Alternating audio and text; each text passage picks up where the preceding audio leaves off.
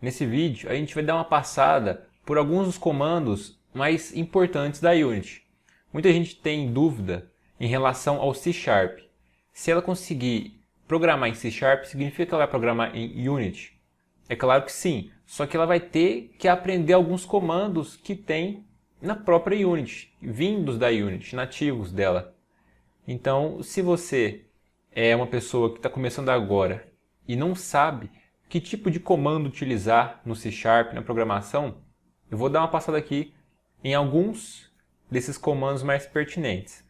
Então vamos lá.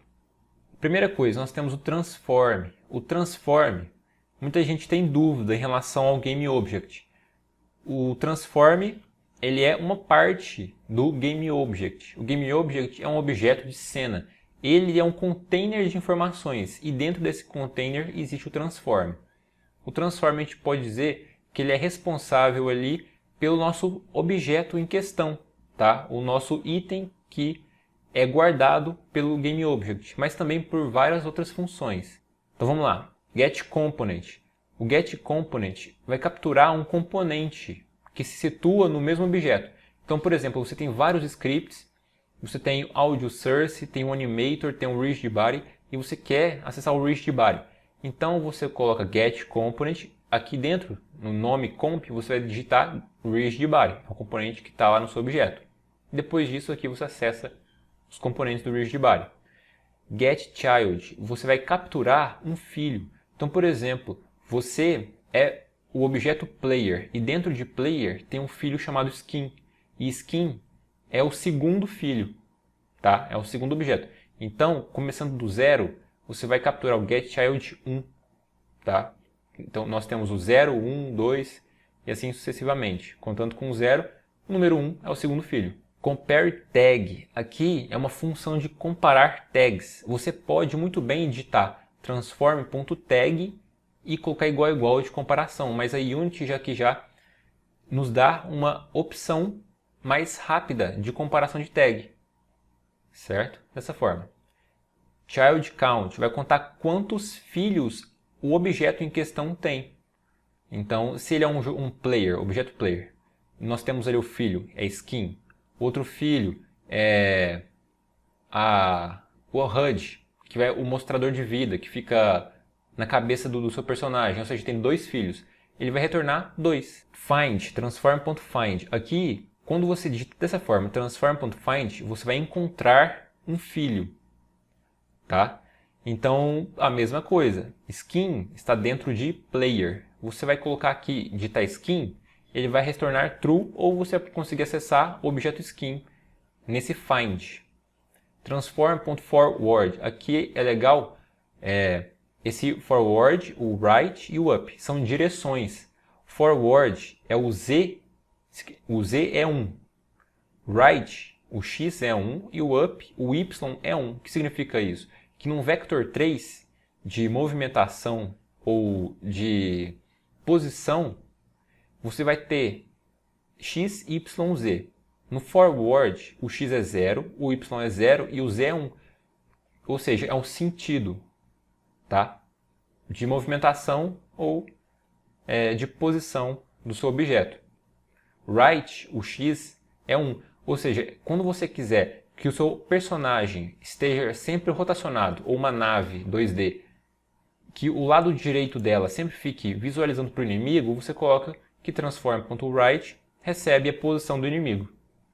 Porque ela vai conseguir rotacionar o eixo X, tá? Que é o right, direita, com a posição do inimigo. A mesma coisa acontece com up ou com forward. Forward é bom para os jogos 3D, onde o eixo Z, que é o azul, é a frente do seu objeto. Então, forward multiplicado por 5, você vai andar 5 unidades para frente a cada ciclo, certo? Get, GameObject.setActive. Aqui a gente está utilizando o GameObject, tá vendo?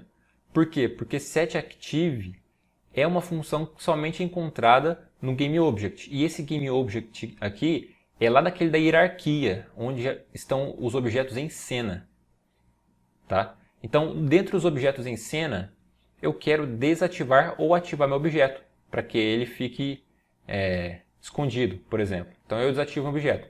Eu coloco aqui como true ou false. Transform.position e rotation. Essas duas aqui são posições e rotações referentes ao mundo. Ou seja, sem parent, ou sem objetos pai, tá? Então é a rotação dele de fato no mundo, rotação na posição e rotação no mundo 3D.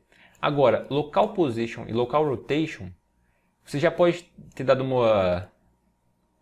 já ter visto isso, que a rotação e a posição mudam se o seu objeto se encontra como filho, como dentro de um ou outro objeto. Então, isso aqui são medidas para você poder calcular a posição e rotação do seu objeto. Se ele se encontra dentro de algum outro objeto, então você utiliza local position ou local rotation.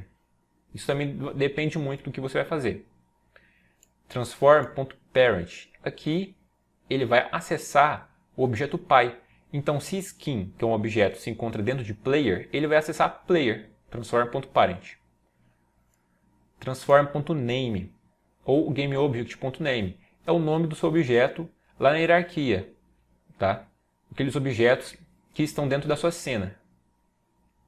Ou até mesmo prefabs. Qualquer objeto que tenha nome, ele vai retornar o nome. E a tag também. Transform.tag vai retornar uma string, tanto de nome quanto de tag. Retornar a string que é a tag definida para o seu objeto. SetParent, olha só.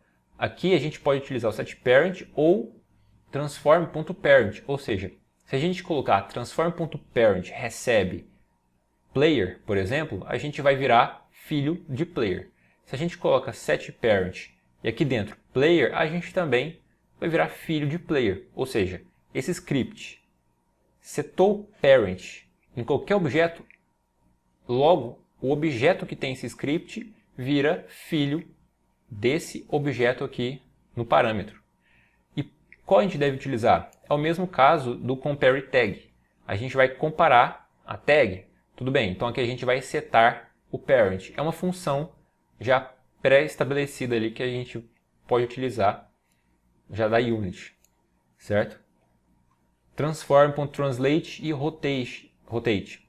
Aqui nós vamos translocar, tá? O nosso objeto. Ele vai se mover em cena e ele vai te pedir um XYZ. Então você vai colocar lá, quer em X, 5. Então ele vai andar 5 unidades a cada ciclo. Se você multiplicar por time, que é a próxima coisa que a gente vai ver aqui, você vai andar em relação ao tempo. E o rotate é a mesma coisa, XYZ. Uma coisa também legal, multiplicar time.deltaTime. Qualquer valor que você multiplica por time.deltaTime é aquele valor multiplicado por cada segundo da vida real, tá? De tempo, cada segundo de tempo. Então, por exemplo, eu quero que o nosso personagem, olha só, translate no x 5. Então, eu vou colocar 5 no x, no y 0 e o z 0. Porque eu quero que ele somente ande no x, na horizontal. Mas, qual de fato vai ser essa velocidade? A gente precisa multiplicar por time, por ponto delta time, para que ela possa andar 5 unidades da unit por tempo, tá? Por espaço de tempo, por segundo. Se você não coloca, ela vai rodar a partir do loop que essa função se encontra. Se o loop é o update, ela vai rodar à medida que o seu processador consegue rodar o update. Então, uma forma da gente nivelar, uniformizar com qualquer computador a velocidade de qualquer objeto, multiplicado por time.deltaTime. GameObject.find. Aqui não é transform. Quando a gente usa transform.find, a gente encontra dentro do objeto. Quando a gente usa GameObject.find, a gente está procurando dentro da nossa cena. Então, qualquer objeto que tiver na nossa cena de jogo que tenha o nome tal, ele vai ser retornado.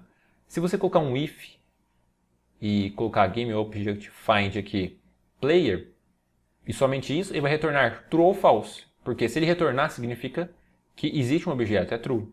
Se não, false. Mas se você quiser capturar o componente, a gente vai chegar aqui na próxima linha que você vai entender. GameObject.find GameObject with tag. Aqui você vai encontrar um objeto que tem a tag que você queira. A tag inimigo. Então eu vou colocar aqui inimigo o nome. E vai me retornar o primeiro objeto que ele encontrar com a tag inimigo. Certo? Se você quiser retornar vários objetos ou todos os inimigos, basta você colocar um S aqui, ó. Find Game Objects no plural. A Unity já tem essa função, ela vai te mostrar lá. Só que você precisa de um vetor para poder guardar. E aí que a gente chega nessa parte do transform var, que é uma variável do tipo transform. Vamos utilizar ela aqui, ó, no caso de cima, tá? Primeiro. Então eu estou retornando aqui, ó, todos os inimigos. Como eu estou utilizando um GameObject.find, eu posso criar uma variável do tipo GameObject aqui em cima. Então vamos utilizar esse caso primeiro. Então a gente vai colocar GameObject, então a gente vai colocar GameObject, colchete, que significa vetor, e inimigos, por exemplo, que é o nome da variável. E essa variável vai receber igual ao mesmo esquema aqui de baixo, transform. É como se a gente colocasse colchetes aqui na frente do transform. Então, GameObject, colchetes, inimigos, recebe os inimigos que ele encontrar na sua cena. Tá? Então agora a gente vai cair aqui no exemplo abaixo, transform var, que é o exemplo do instantiate. Você pode simplesmente instanciar um objeto em cena. Esse objeto vai ficar aqui nesse parâmetro. Então, por exemplo, eu quero instanciar uma partícula. Na hora que o meu personagem ele faz animação, eu quero instanciar uma partícula. Então, aqui vai ficar a partícula, o prefab. Em qual posição e em qual rotação eu quero que essa partícula seja definida. Então, essa linha do instantiate, somente por ela, vai conseguir instanciar a partícula.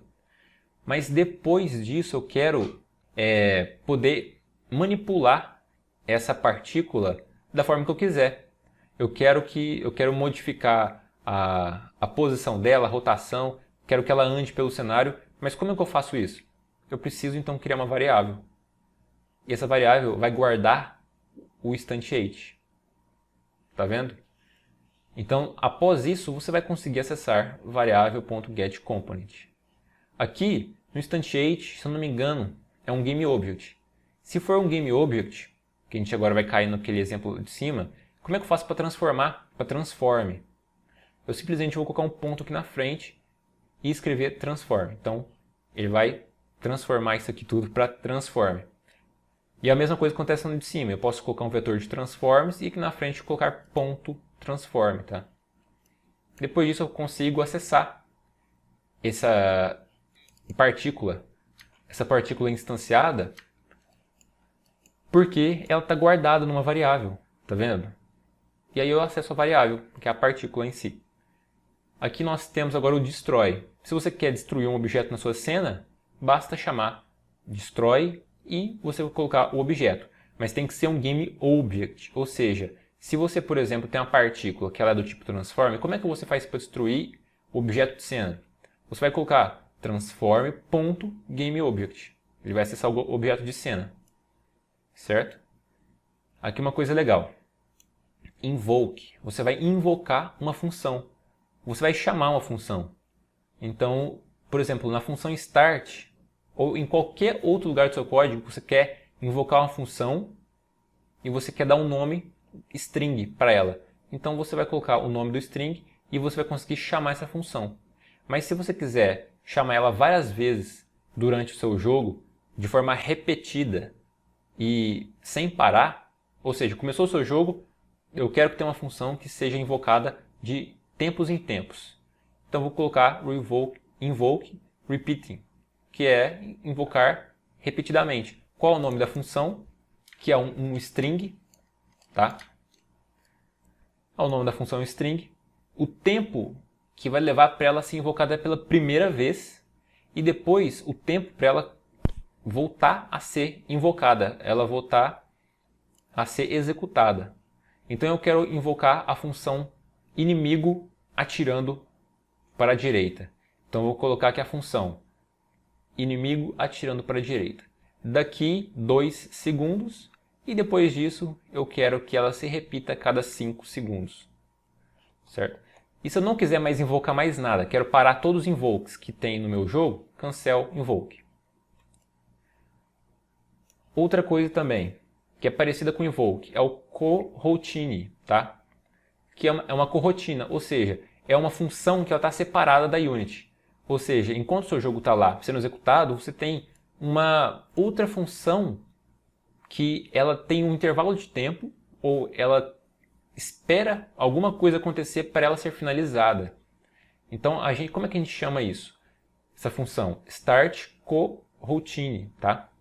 E qual que é essa corotina? É a func. Então, eu dei o nome aqui de func, de função. Posso dar o nome que eu quiser. Depois, cadê a função? Ela é um enumerator. E o nome dela tem que ser o mesmo nome aqui da chamada. E quando ela entra nessa função, eu quero que, olha só, quero que ela retorne depois de uma espera de quantos segundos? De x segundos. Então, vai demorar, por exemplo, 5 segundos até que o meu personagem seja desbloqueado para poder andar novamente no cenário. Então, depois dessa linha aqui, will return new wait for seconds, e eu coloco 5 segundos, eu vou colocar aqui embaixo aquela booleana, aquela variável, que estava travando o meu jogador para ele não fazer nenhuma animação naquele tempo. Então, eu vou colocar aqui, destravar jogador, recebe true. Tá? Aqui é uma função agora de velocidade, rigid body. Se você está trabalhando com velocidade que tenha física, que você já tenha colocado corpo rígido, o rigid body, então você quer adicionar uma velocidade a esse corpo rígido. Então eu coloco lá, essa aqui é a variável, tá, que eu criei lá em cima no script, rigidbody.velocity, que é a velocidade daquele corpo, vai receber um vector 3, x, y, z. Se o rigid body for 3D, para um jogo 3D, mas se for um rigid body 2D, o vector 2. Então, no x eu quero que ele ande, que ele tenha uma velocidade de 2 no x e de 1 no y. Então, você vai fazer um vector 3, uma variável, que no x tenha 2 e no y 3, que é valor. Então, seu corpo rígido já vai começar a se locomover. Add force. Você vai adicionar uma força naquele corpo, naquele sentido. Um vector 3 ou 2. Uma coisa legal também, input. Aqui tem vários modos da gente trabalhar o input. Get key. Input get key, você precisa de um parâmetro. Então, key code, qual é o código dessa tecla? Você vai colocar ponto, vai te mostrar uma lista enorme de teclas para você colocar. Então, eu selecionei W.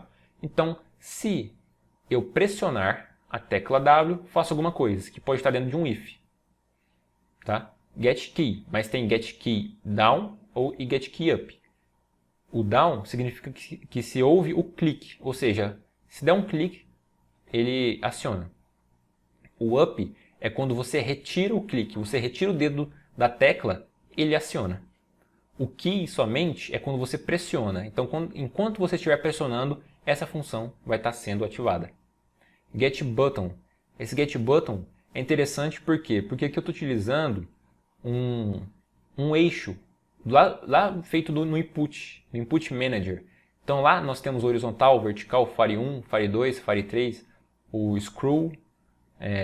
Tem vários outros eixos lá já pré-fabricados da Unity. E lá tem o horizontal, mas também tem um Fare 1. O Fare 1 normalmente é para clique. É para quando você quer disparar uma coisa. Lá você vai ver que está o mouse 0, que é o botão esquerdo do mouse. O Fare 2 está com o botão mouse 1, que é o botão direito do mouse.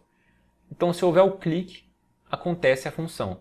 E é por isso que eu uso getButton, tá? Para transformar aquele eixo em botão, em clique.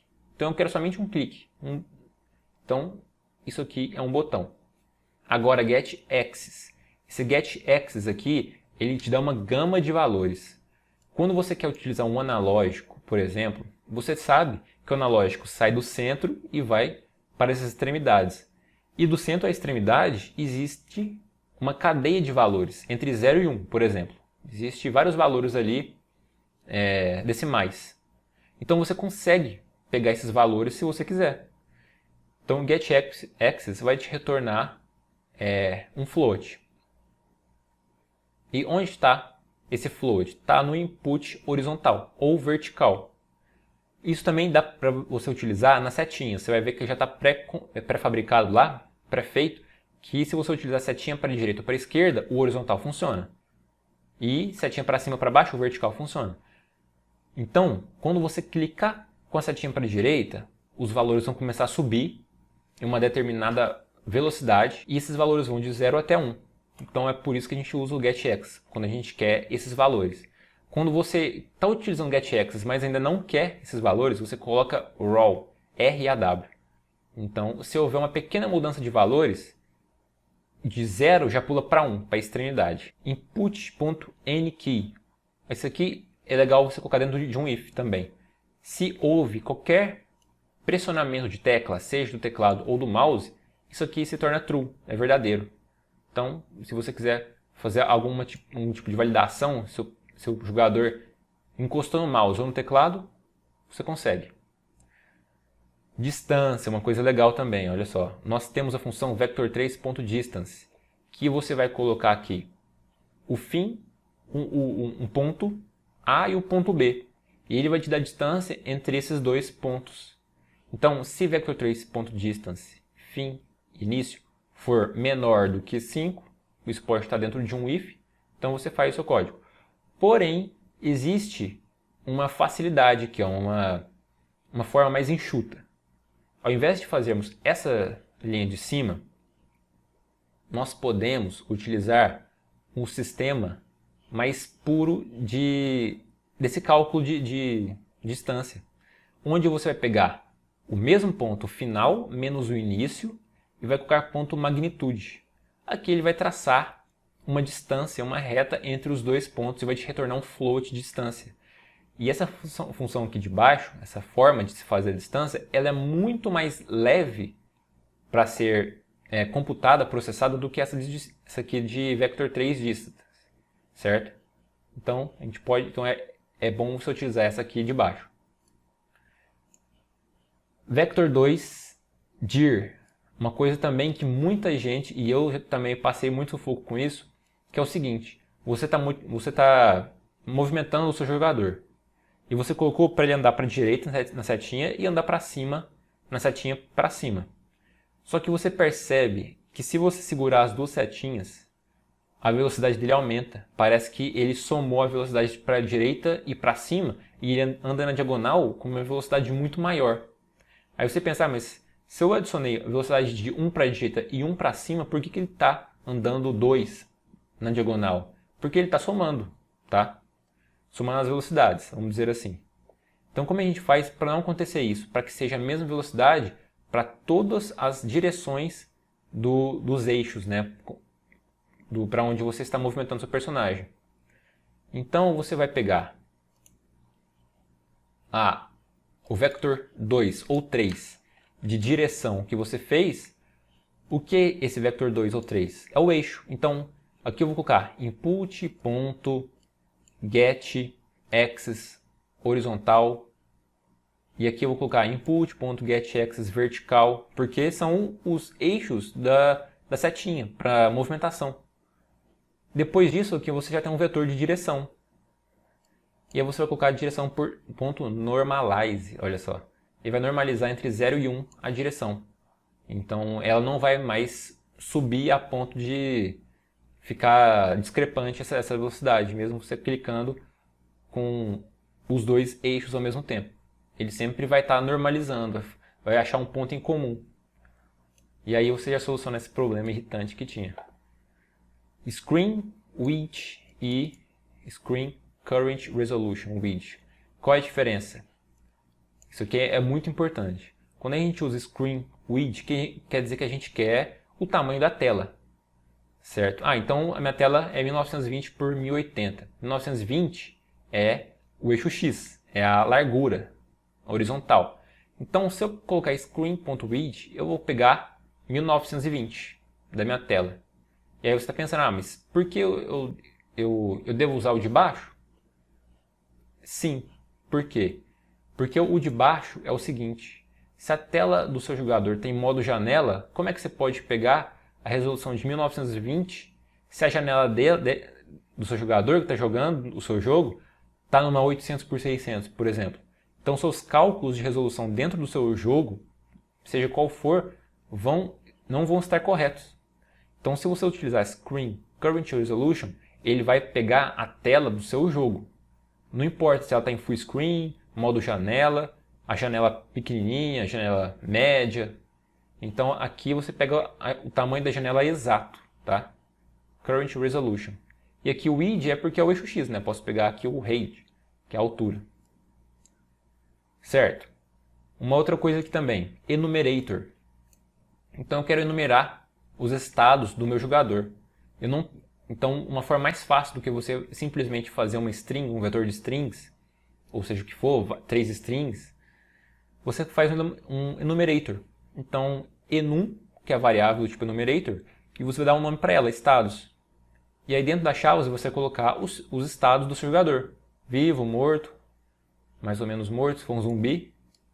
Então você vai criar uma variável pública do tipo estados, e essa variável você vai utilizar para o seu código. Então o estado atual do meu objeto é o que? É vivo? É morto? É mais ou menos? E aí então você vai fazer um if, por exemplo. Se estado atual for igual a status.vivo, que é assim que ele vai pedir, status.vivo, então eu faço isso. Se for status.morto, eu faço aquilo. E o que você pode ver que lá na janela do editor vai aparecer uma caixinha que você poder selecionar o estado para ele começar o jogo. Certo, terminando, olha só. A gente tem um encapsulamento. Eu tenho uma variável private de vida, contador de vidas. Eu não quero deixar que outros códigos externos consigam alterar essa variável. Então eu vou encapsular ela.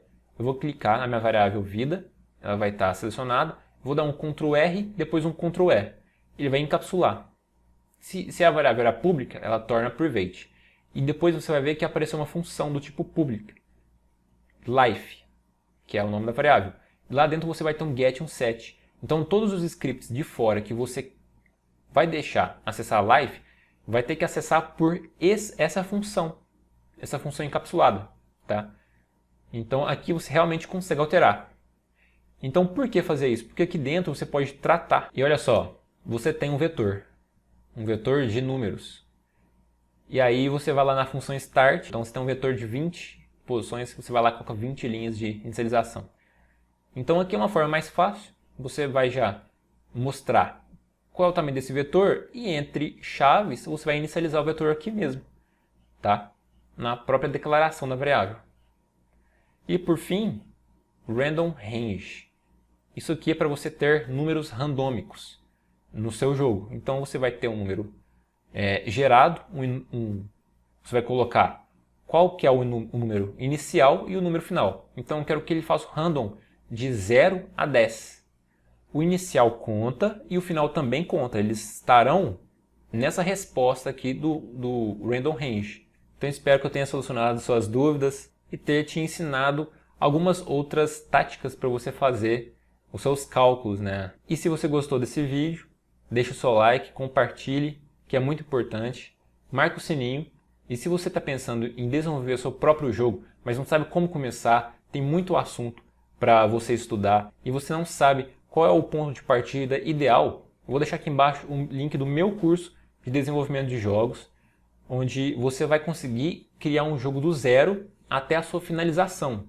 Então não importa se você é uma pessoa que está começando agora ou tem conhecimento já intermediário no desenvolvimento de jogos.